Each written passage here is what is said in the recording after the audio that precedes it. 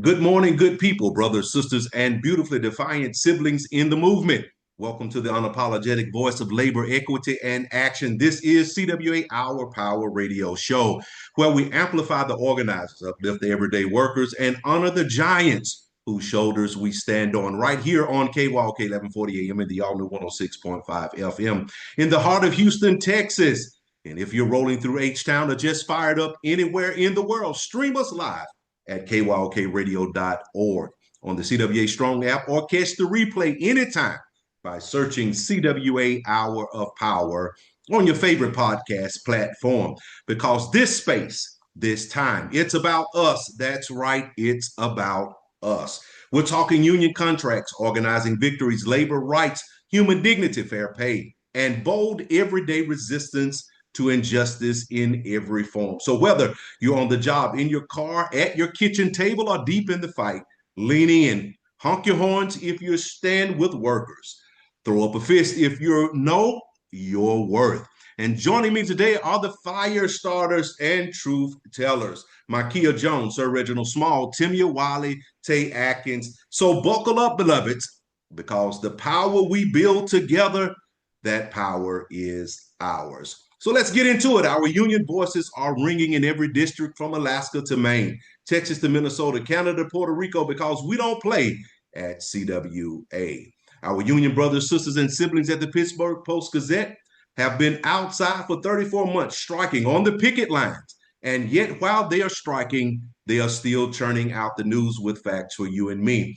Let's show our support to them by making sure we subscribe to unionprogress.com. And once you subscribe to this free publication, how about going over and donating to their strike fund at cwa.org/PPG donate. And I just heard someone shout, when we fight, we win. Thank you so much, ladies and gentlemen, for joining us this morning. And up next, we will have Mikeya Jones with National Suicide Prevention Month. Good morning, Mikeya. Good morning, Errol. Good morning, CWA family, and good morning, KYOK radio listeners. Again, like Errol said, it's Mikeya Jones, and you're tuned into Our Power Hour Radio. And today I want to take a moment to talk about something that's deeply personal, yet often left unspoken, which is mental health and suicide prevention. September is National Suicide Prevention Month, and it's a time for all of us to raise awareness, show support, and take action to help those who may be struggling, because suicide isn't just a personal tragedy, it's a community issue, and it affects people of every age, race, and background. According to the CDC, suicide is one of the leading causes of death in the United States, with over 48,000 lives lost each year. 48,000 souls are gone each year to suicide. That's almost 130 people every single day. That's 100 sons or daughters or family members, friends, coworkers, children, and all those people are left, people like you and me are left to carry the weight of that loss. And it's important to know that suicide is preventable, and the first step is awareness. Too often, people struggling with thoughts of suicide feel alone, hopeless, or like a burden. And while those feelings are real, they are not permanent. Support, understanding, and connection can save lives. One of the hardest things for many of us is recognizing the warning signs in someone we care about.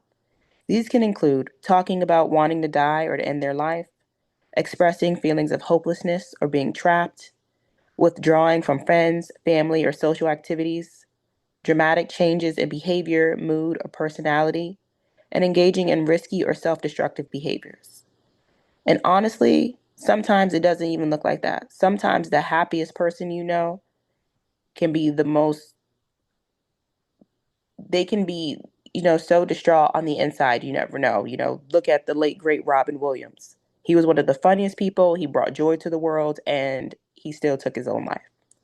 So if you notice any of these signs in someone, reach out and ask them directly, are you thinking about hurting yourself? It's a hard question to ask, but it doesn't increase risk. In fact, it shows you care and can open the door to help. So like they say, check on your strong friends. It's also important to take care of ourselves.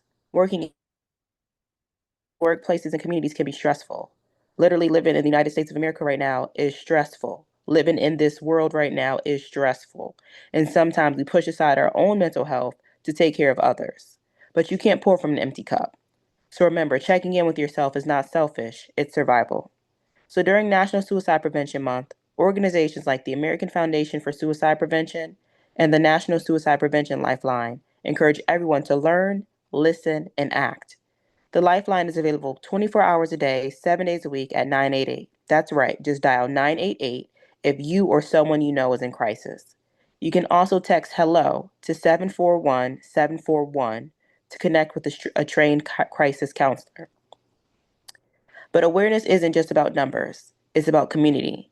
In unions like ours, we are family. That means checking in on our coworkers, our brothers, sisters, and siblings in labor, and our neighbors. Ask them how they are. Listen without judgment. And sometimes just knowing someone cares enough to listen can be life saving. And then let's talk about the stigma. Far too often, people suffering from mental health challenges feel ashamed or afraid to ask for help. But seeking help is a sign of strength, not weakness. If you or someone you love is struggling, there is no shame in reaching out. There is no weakness in saying, I need support. And if you ask me, that shows how strong you are to ask for help. Here's some things you can do right now to help save a life. Check in, educate yourself, spread the word, and support survivors. Remember, every action counts, every conversation counts, every life matters, and together we can break the silence and prevent tragedy. As we continue our work in our communities, let's remember that mental health is just as important as physical safety on the job and physical health. Let's commit to supporting one another, not just during National Suicide Prevention Month, but every day. If you are listening and struggling, please reach out today. You are not alone. Call 988, text 741 741, or reach out to someone you trust. Your life is valuable. You are valuable, and help is available. Thank you for taking this time with me, and thanks for listening. I'm just reminding you to check in, speak up, and support one another. This is Our Power Hour radio show where labor, community, and care come together. Stay safe, stay connected, and remember, you matter. Back to you, Errol. Thank you so much, Mikeya Jones. You're listening to KYOK 1140 AM and the all-new 106.5 FM. If you're on the go, you can take us with you by visiting kyokradio.org and pressing the listen live option. Tune in live every Thursday at 10 a.m., 11 a.m. Eastern, 8 a.m. Pacific on kyokradio.org, the CWA Strong app, or your preferred podcast player. CWA Strong app, Apple Podcast, Spotify, YouTube Music, iHeartRadio, Podchaser, or Amazon Music. Search for CWA Hour of Power on your favorite podcast player. And this morning, ladies and gentlemen, my teapot just started whistling. It is now time for Tea with Tay. So sit back as Tay pours a cup of healing. Good morning, Tay. Good morning, Harold, and good morning, KYOK family, and to all my union siblings out there. So, family, today our cup is a blend. So, we have raw emotions. We will be talking about something that I believe that we all have some kind of passion for. Family, let's talk about something that's been passed down for generations, something that's been shaping our boys to grow into men. From the time they were little, they started hearing certain phrases over and over again. Boys don't cry. Toughen up. Stop acting like a girl. These might just sound like words, but they're not.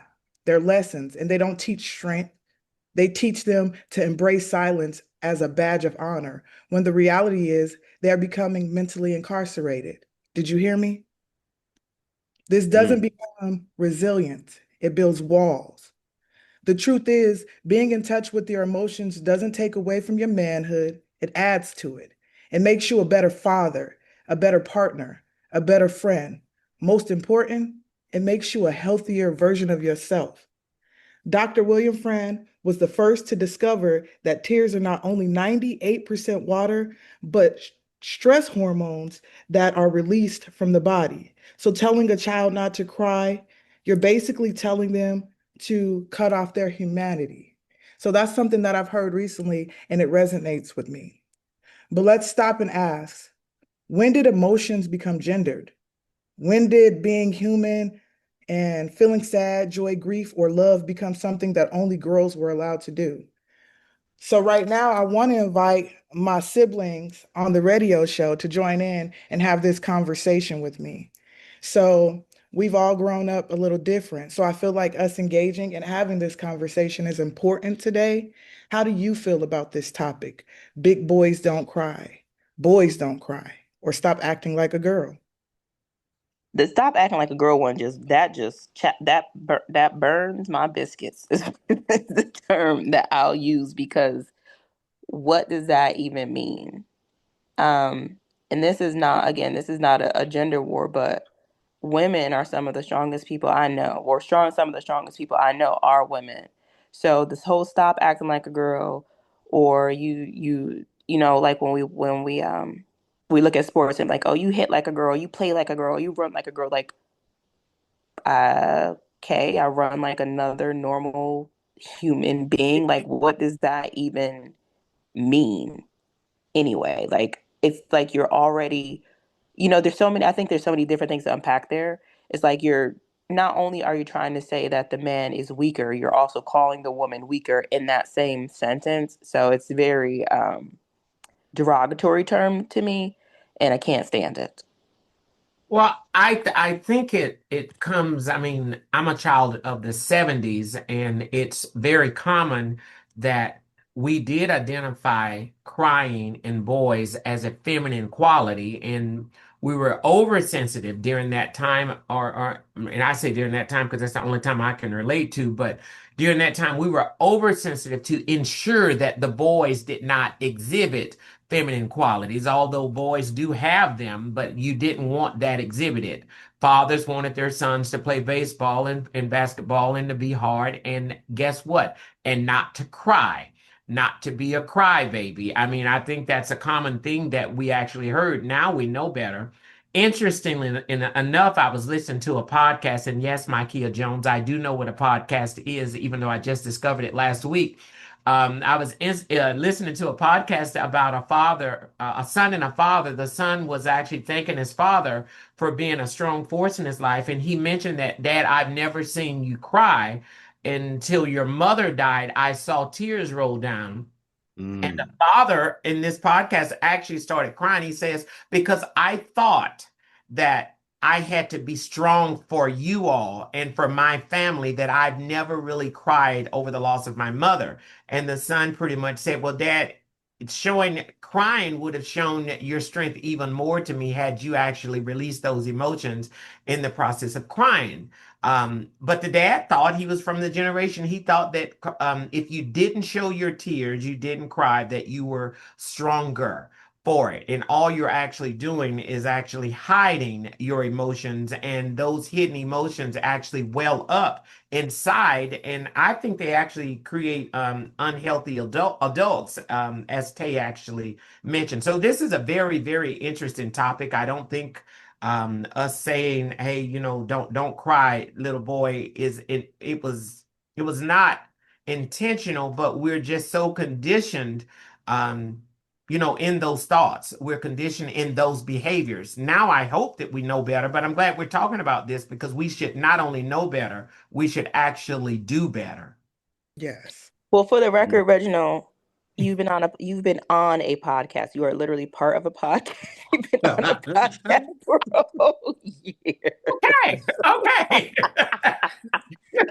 But my kid, you have to admit I'm making progress, right? I am so proud of you. I'm so proud of you, young man. I'm so proud of you. So something that you Yes. said, Reginald, is that we should be doing better. So this topic actually came to me because we are still in some places using these terms like you're too emotional for being a boy. And imagine using these terms in a school.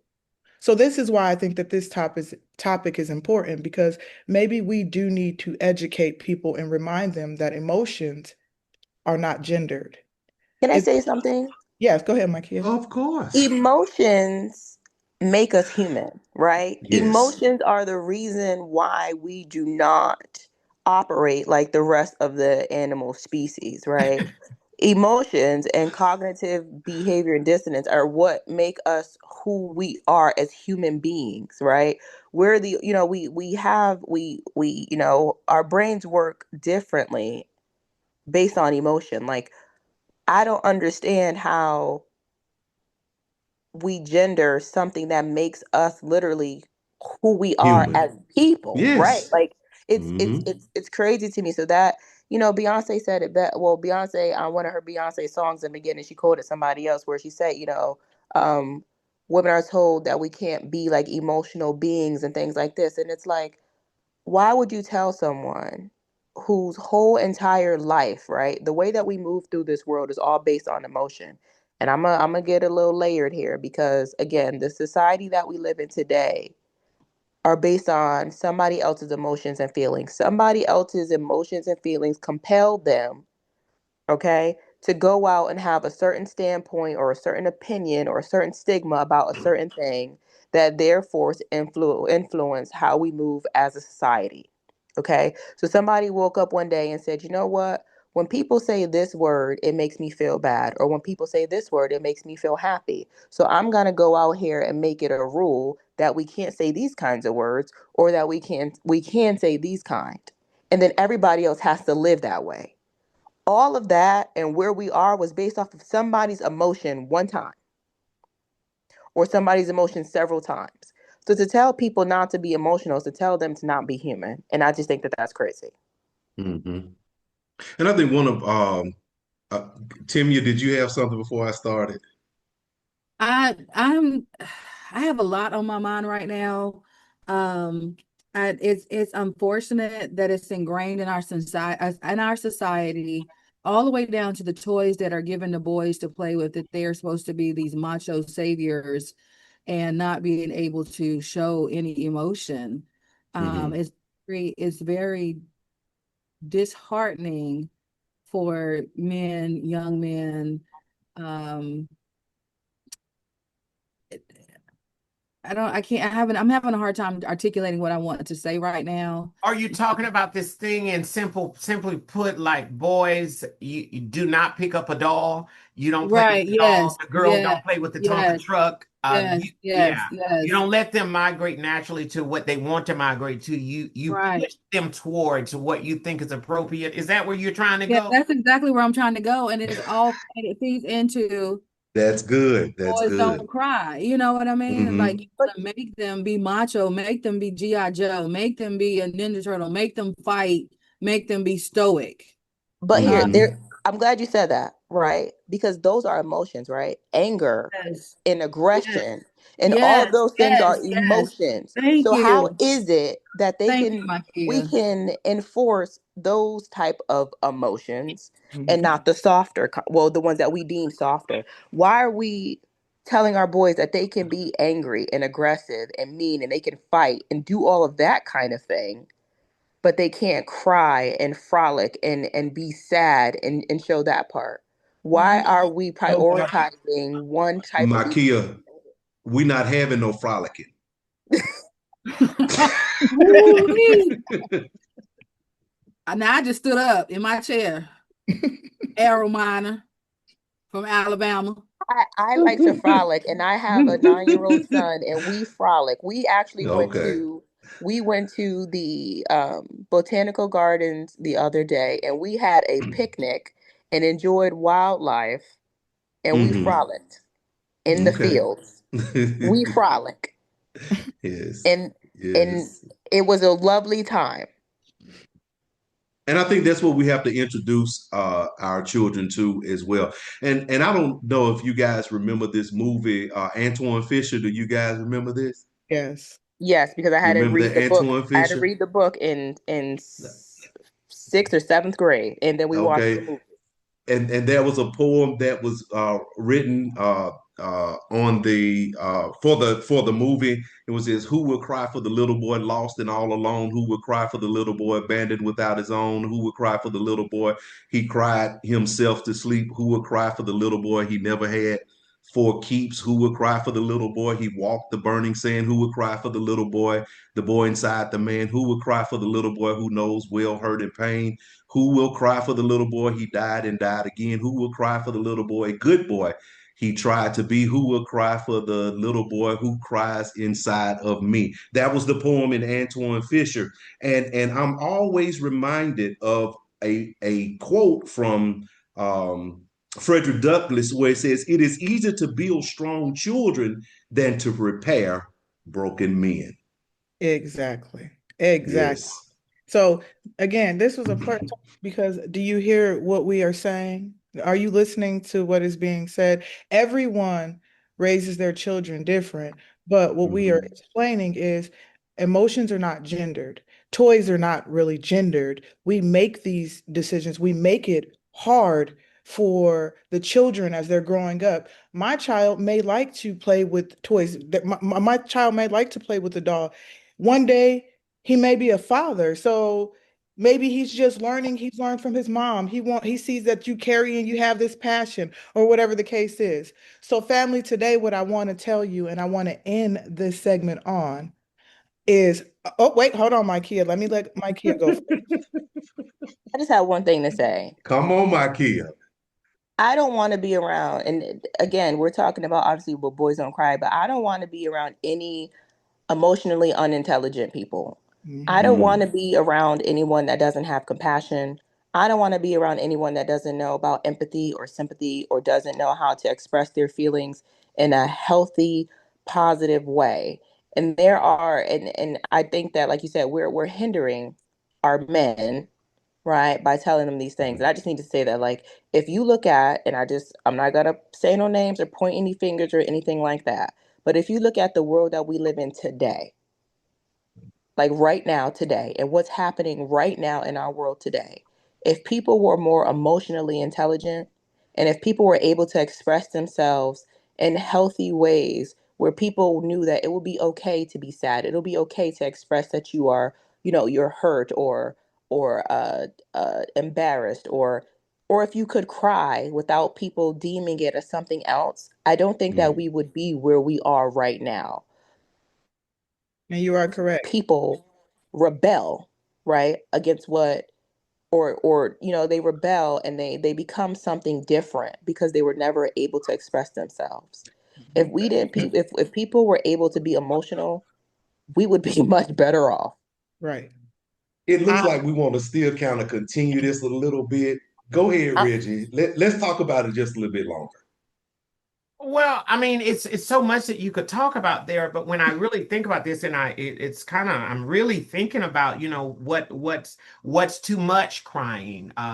Do the kids go to school if they are crying too much, or are they going to be called a crybaby? I mean, is that still a term that's still out there? I mean, I've heard that a lot.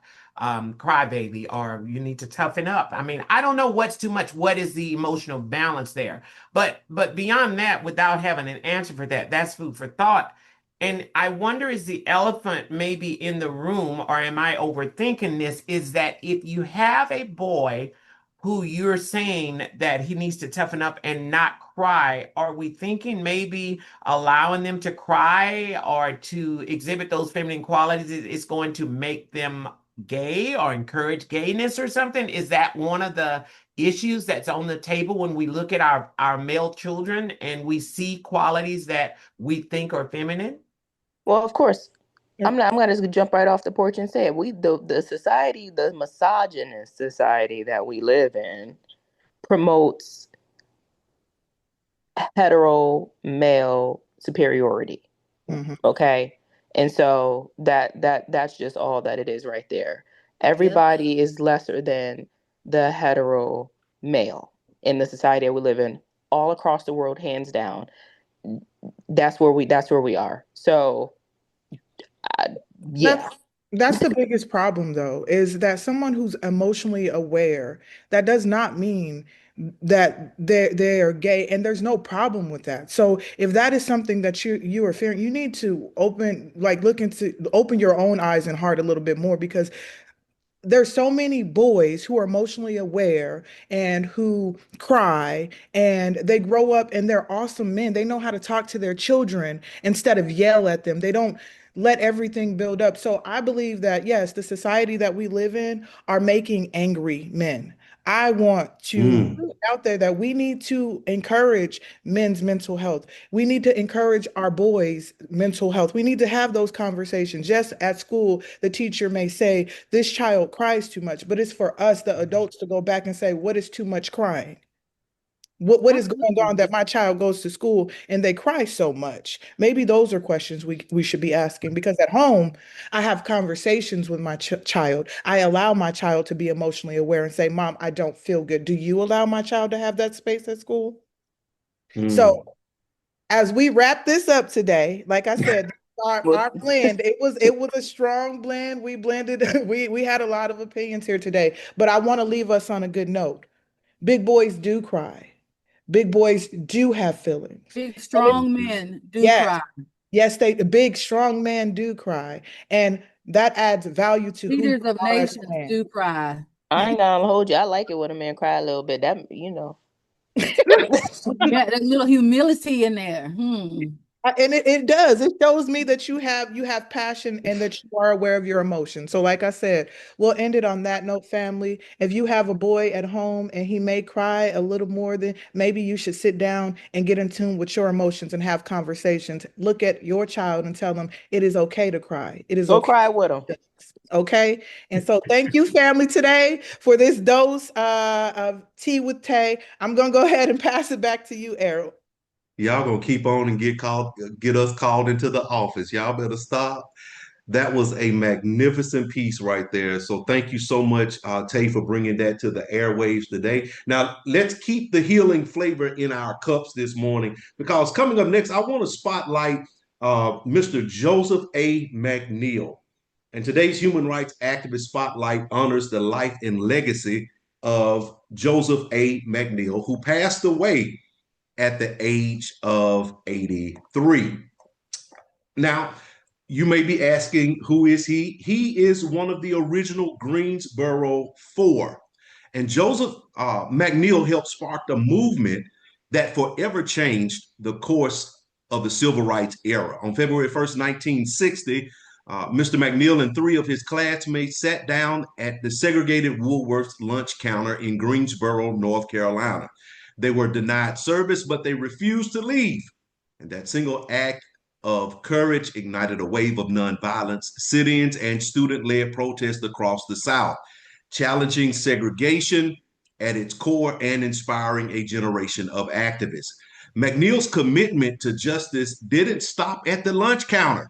He went on to serve with a distinction in the U.S. Air Force Reserve, rising to the rank of Major General, which was a rare achievement for any American, but especially profound for a Black man whose early life was spent resisting systems of exclusion. In both the military and civilian sectors, McNeal dedicated his career to leadership, service, and building a more equitable society. Joseph McNeal leaves behind a legacy rooted in courage, community, and change. And his example reminds us that even the smallest acts of defiance, like sitting down at a lunch counter, can ripple into a movement that reshapes history.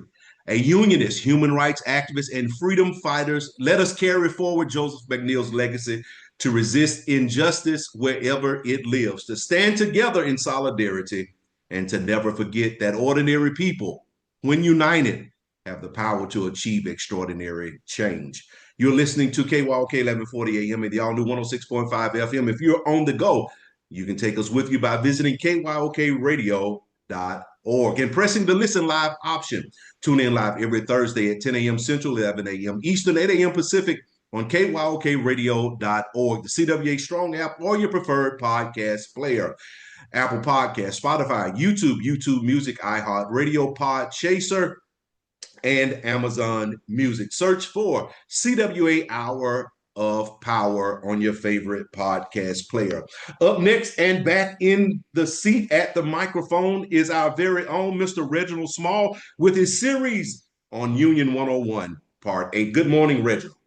Good morning, Errol, again, and good morning, KYOK radio listeners. Today, we're going to keep the momentum rolling in our Union 101 series.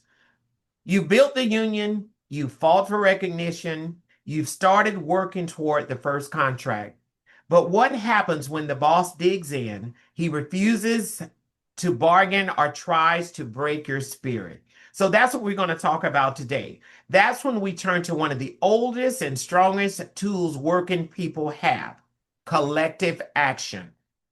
This is the Union 101, Part 8, Solidarity in Action, Strikes, Boycotts, and Collective Power. I love that word, collective power. Let's break it down. A strike isn't just about walking off the job. It's when workers stand shoulder to shoulder saying, "We will not give you our labor until you respect our dignity." Strikes can take different forms. We have economic strikes, where workers withhold labor for better wages or benefits. We have unfair labor practice strikes, when bosses break the law and workers strike to enforce their rights. And then we have solidarity strikes. That's when we workers stand with other unions or movements, showing the power of unity across industries. And let's not forget the power of boycotts. That's when workers and communities use the power of their wallets to hit corporations where it hurts. The bottom line. From great boycotts in the farm worker movement to modern boycotts of union busting companies, this is about reminding corporations that no workers, no customers, no profits. And here's the proof. In the past 5 years, the number of large strikes in the U.S. has more than doubled. Union workers on strikes have won historic raises, in some cases 20, 30, or even 40% increases. Boycotts have forced billion-dollar corporations to the bargaining table when nothing else worked. But here's the real lesson in this. Strikes and boycotts aren't about shutting things down. They are about opening things up, opening the path to fairness, opening the door to justice, opening the actual conversation to demand what's rightfully ours. And solidarity, that's the glue, because a strike line only holds if everybody stays on it. A boycott only works if everybody honors it. That's where collective power comes in. Collective power only means something when it is truly collective. Now let's bring this home with a real living example of solidarity and action happening right now. On August 20th, 90 Alstom workers who keep the plane train moving at Atlanta's Hartsfield-Jackson Airport, the busiest airport in the world, voted to join TCU IAM. These workers move over 250,000 passengers a day. So let me be clear. That's a lot of passengers that these workers are responsible for moving, keeping millions of travelers safe and on time. They organize for job security, respect, and fair wages. And guess what? They won. Think about the power in that moment. Workers standing together in a city where the IAM itself was founded back in 1888. More than 135 years later, the proud legacy continues with a new generation of transportation workers saying, "We deserve better." And now the real work begins, negotiating the first contract. That's the bridge between organizing and lasting power. It's where solidarity, collective pressure, and strikes all become the leverage to win real actual change. Here's the bottom line. Strikes, boycotts, and solidarity aren't relics of the past. They're not something that we used to do or something that we look back on in a historical perspective. They're alive and well, from farm fields to airports, from coffee shops to call centers. They remind us that we, the workers, are the economy and that we matter. And when we stand together, absolutely nothing moves without us. So that's Union 101, Part 8, Solidarity in Action, Strikes, Boycotts, and yes, that word, collective power. And union siblings and our listeners, don't let anybody tell you strikes are weakness. Strikes are strength. Boycotts are strength. Solidarity is strength. And next week, we'll widen the lenses even more with Union 101 Part 9, Beyond the Bargaining Table, Unions and Social Justice. So stay tuned. That's a really, really important one, unions and social justice, because our fight isn't just about better jobs. It's about better lives, better communities, and yes, a better world. Stay tuned. This is our Hour of Power. Back to you, Errol Minor. Thank you so much, Reginald Small. You're listening to KYOK 1140 AM and the all new 106.5 FM. If you're on the go, you can take us with you by visiting kyokradio.org and listen live. Tune in live every Thursday at 10 a.m. Central, 11 a.m. Eastern, 8 a.m. Pacific on kyokradio.org, the CWA Strong app, or your preferred podcast player, Apple Podcasts, Spotify, YouTube Music, iHeartRadio, Podchaser, as well as Amazon Music. You search for CWA Hour of Power. Up next, we're going to be talking about America Speaks. We need unions. And so as our other hosts adjust their microphones, we're going to talk about America Speaks. We need unions. And this particular subject is coming from the Pew Research Center because we have to give them credit through the work of Ted Van Green. And he has laid out numbers that confirm that really what we've been saying for years. America knows that unions matter. And America knows unions are the difference between survival and dignity. And America knows the decline in union membership has been bad for the working people and for the country itself. So, Errol, this is a good topic as well. So I'm going to talk numbers a little bit. So according to the Pew poll that you mentioned, 60% of U.S. adults say that the decline in union membership has been bad for the country. And 62% say it's been bad for working people. So that's not just a statistic. That's America speaking. That's the people saying when unions weaken, families weaken. When collective bargaining shrinks, the middle class shrinks. And here's the history. Back in 1983, more than 20% of workers in this country were union members. Fast forward to 2024, and it's down to 9.9%. That means protections are slipping, wages are stagnating, and safety nets are being cut loose, and the people feel it. The survey shows that more and more adults see the harm, and they're saying enough is enough. So picture this. A warehouse worker gets injured on the job. Without a union, that worker stands alone, fighting a company with endless resources, hoping not to lose their job or their paycheck. But with the union, they don't stand alone. They've got a steward, they've got a grievance process, and they've got the power of many voices backing them up. That's the difference. That's why people know unions matter. And that difference shows up in the numbers too. Union members average earn 11 to 15% more than non-union workers doing the same exact job, the very same exact job, same amount of hours, same amount of stress, same job, 11 to 15% more.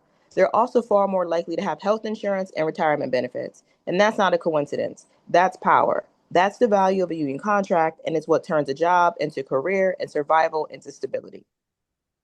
And one of the things that we got to remember also is that where all of this comes from, it was unions. Touch your neighbor and say, it was unions that gave us the weekend. It was unions that fought for workplace safety standards. It was unions that made pensions and paid sick leave possible. Every right we think of as normal today, listen to me good, did not fall from the sky. It was fought for, won, and protected by organized labor. And when unions decline, those protections start to erode. So here's something striking in that reporting, the Ted Van Green's reporting that we mentioned earlier. The support for unions is actually growing. So since last year, the number of people saying union decline has been bad jumped up several points. That's momentum, that's progress. That's proof that more and more Americans are actually waking up and connecting the dots between their struggles and union power. And here's another layer. Younger folks, especially under 35, are seeing the truth. Over half say union decline has been bad for working people. That's hope right there. That's energy. That's a generation ready to claim what's been lost. And workers with lower income, they see it too, because they live it every single day. They know a union contract could mean the difference between making rent or missing it, between having health care or not.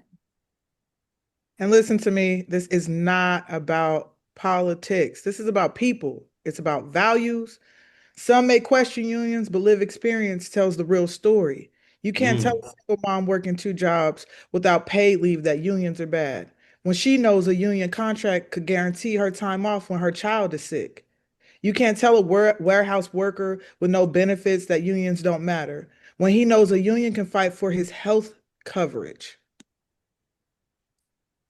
And let's not forget the community piece, right?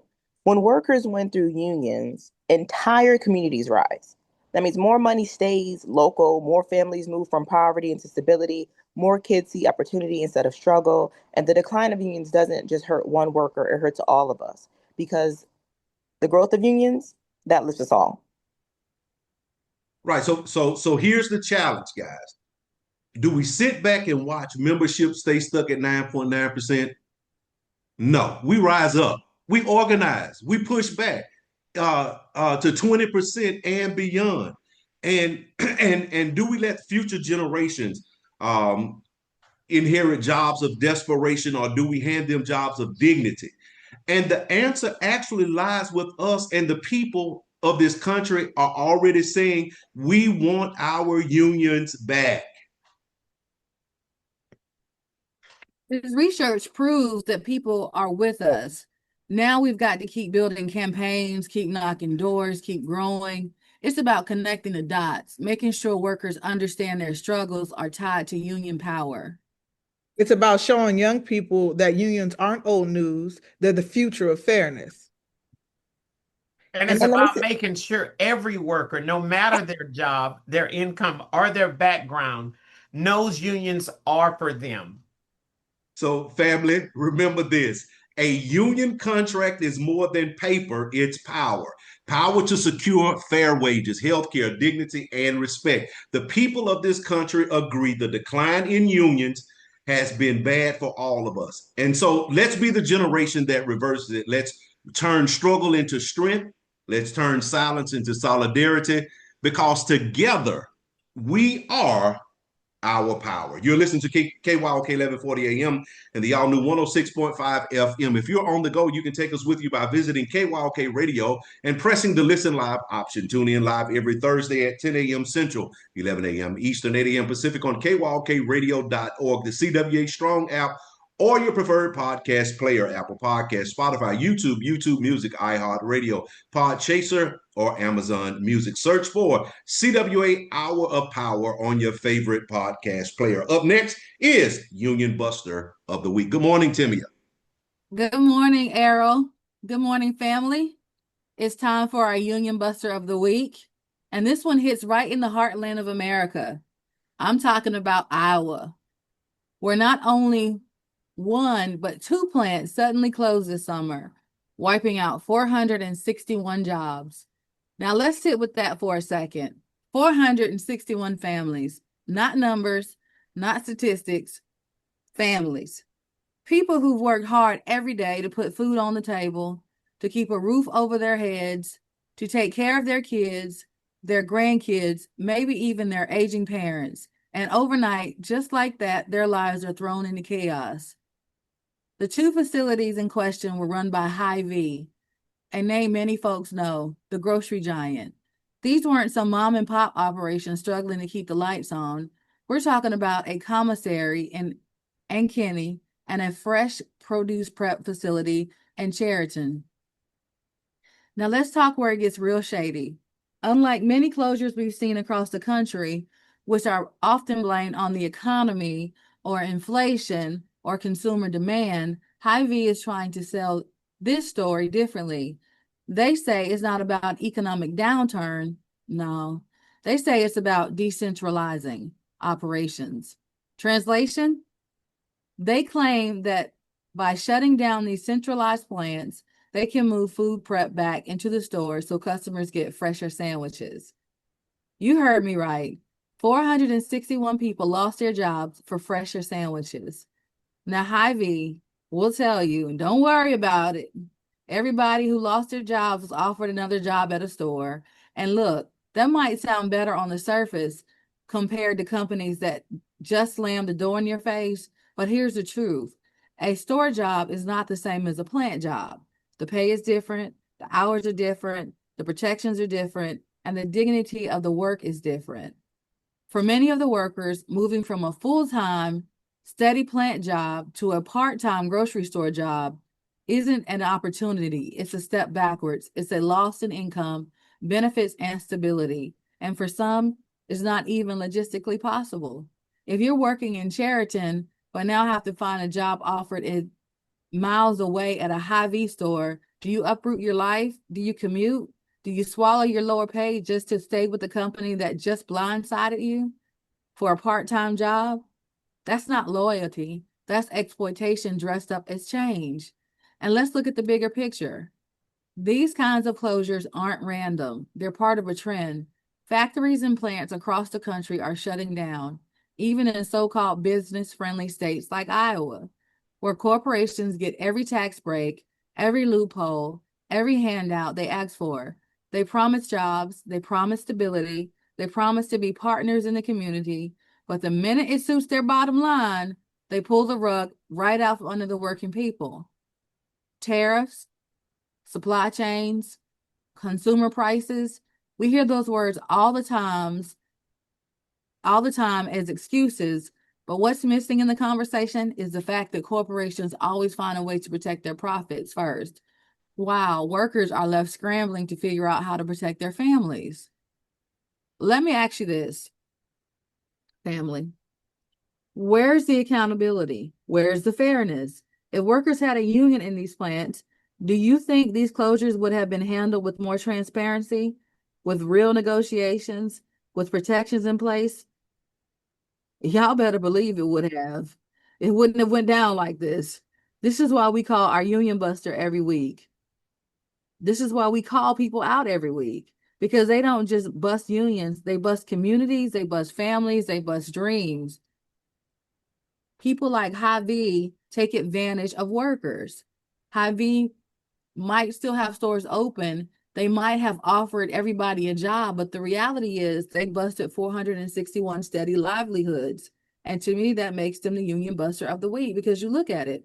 They took 461 full-time jobs and offered them part-time jobs elsewhere, where they're going to have to drive further out for a part-time job. Now, I want to leave you with this question, not just for the listeners in Iowa, but for everyone tuning in. Are factories closing near you? Have you seen a plant, a shop, a warehouse in your area shut its doors with little warning? Because what happens in Iowa doesn't just stay in Iowa. These trends ripple out across the country. And here's the thing. We are stronger when we share our stories. We refuse to be silent. When we organize, we put power in the hands of workers instead of letting corporations control the narrative. So, family, let's keep lifting up these stories, keep telling it, keep saying it far and wide. Let's keep holding these companies accountable. And most importantly, let's keep building our unions, because when workers have a seat at the table, closures like this don't get swept under the rug. They get challenged. The workers have a way of speaking to the corporate powers that be and coming away from the table with something besides a part-time job. And how many miles away? So this is it for the Union Buster of the Week. Javi, you have some explaining to do, and it's not ethical what you're doing. And to the 406 workers impacted, we see you, we stand with you, And we know that the fight for fairness, the fight for union power continues. Family, this is why we do what we do. This is why we come on the air every Thursday, because every closure, every cut, every fresh sandwich excuse is a reminder that workers need power, and that power is union power. This just breaks my heart to hear this for those 461 workers, because what are they to do? They have no backing. They have nobody to turn to because they don't have a union. They don't have anybody to stand and speak on their behalf. We have got to unionize. We've got to have somebody to have your back at the table to demand better from these corporations. And I won't get off my soapbox. Back to you, Errol. Thank you so much, Timmia. This has been your Union Buster of the Week. You're listening to KYOK 1140 AM and y'all new 106.5 FM. If you're on the go, you can take us with you by visiting kyokradio.org and pressing the Listen Live option. Tune in live every Thursday at 10 a.m. Central Standard Time, 11 a.m. Eastern, 8 a.m. Pacific on kyokradio.org, the CWA Strong app, or your preferred podcast player. Apple Podcast, Spotify, YouTube Music, iHeartRadio, Podchaser, or Amazon Music. Search for CWA Hour of Power on your favorite podcast player. It is now time for our scavenger hunt. Are you guys ready for this? Absolutely. Hello? Are you guys Absolutely. ready for this? I'm playing myself. Listen, I'm gonna play myself. I can use a little All right. shang. Y'all know I'm competitive, so I don't know if I should play. All right, here we go. This morning, family, we'll taking a few moments to shine the light on one of our own, a CWA activist whose journey, passion, and leadership reminds us why this movement is so powerful. Today, we want you to listen closely because this spotlight is about someone you may know, but they won't know it's them until the very end. I don't know. I think the secret is about to come out, Errol, but I'm going to try to entertain this. But Picture this. 1993, a young worker starts as a zero operator, stepping into history by joining the very first bilingual Spanish services group at GTE. What seemed like just a job turned into the beginning of a legacy that would span more than 3 decades. From GTE to Verizon, from Verizon to Frontier, and now heading full circle to back to Verizon by the end of 2025, this activist has walked through the heart of an industry that changed again and again, but through it all, they stood steady, adapting, learning, and growing. Along the way, while raising 2 children, they reached another milestone, earning a bachelor's degree in business management by the age of 40. That's resilience. That's purpose. But here's what makes this story shine in our power spotlight. It's not just about the career, it's about the commitment to labor, to justice, to the fight. This activist has been a proud member of CWA District 9, serving as a union steward in 3 different locals, lifting up legislative and political fights, leading mobilization drives, empowering women's voices on local women's committees. And most recently, they served a 2-year term on the CWA National Women's Committee under the Human Rights umbrella, where they discovered something deeper, that activism isn't about staying in your comfort zone. It's about pushing past it. It's about being that voice when others feel they can't speak. And some say this activist is a little rough around the edges. That's the fire. That's the authenticity. That's what makes them a force. They fight hard, they fight true, and they fight with love for the labor movement. And they live by the words that say it all. Find out who you are and do it on purpose and do it with purpose.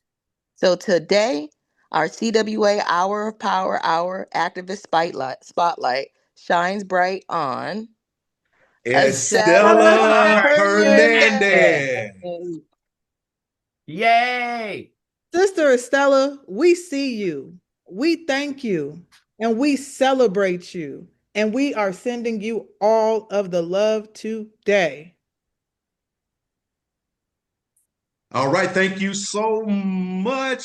And I'm sure Estella is so surprised about this scavenger hunt of the day.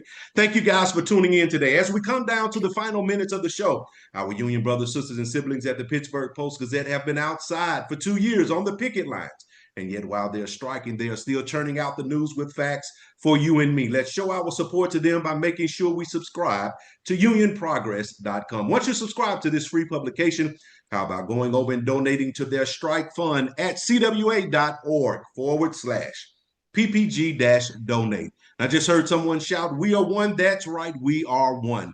September and all of its awareness days are an opportunity for you, yes, you, to take action and learn more today. When you take time to learn about others around you, you're making the world a better place. Awareness campaigns serve as a powerful reminder that there are steps we all must take in looking out for loved ones, the people in our community, and those who have been impacted. It's time to take one big step together and make a change. An hour is not long enough to be with you, and a week is too long to be away from you. You have been tuned into the CWA Human Rights Hour Power broadcast. Hope something you heard today has inspired you to take action toward creating a positive change in the world.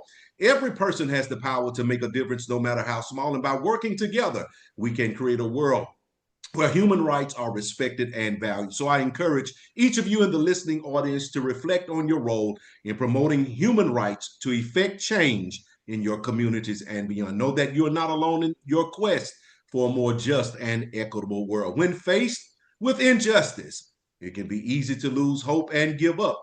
But remember, justice may be slow like the truth, but when it finally comes, it will stand. Until next Thursday, 10 a.m. Central, 11 a.m. Eastern, 8 a.m. Pacific, right here on KYOK 1140 a.m. and the all-new 106.5 FM, KYOK radio.org.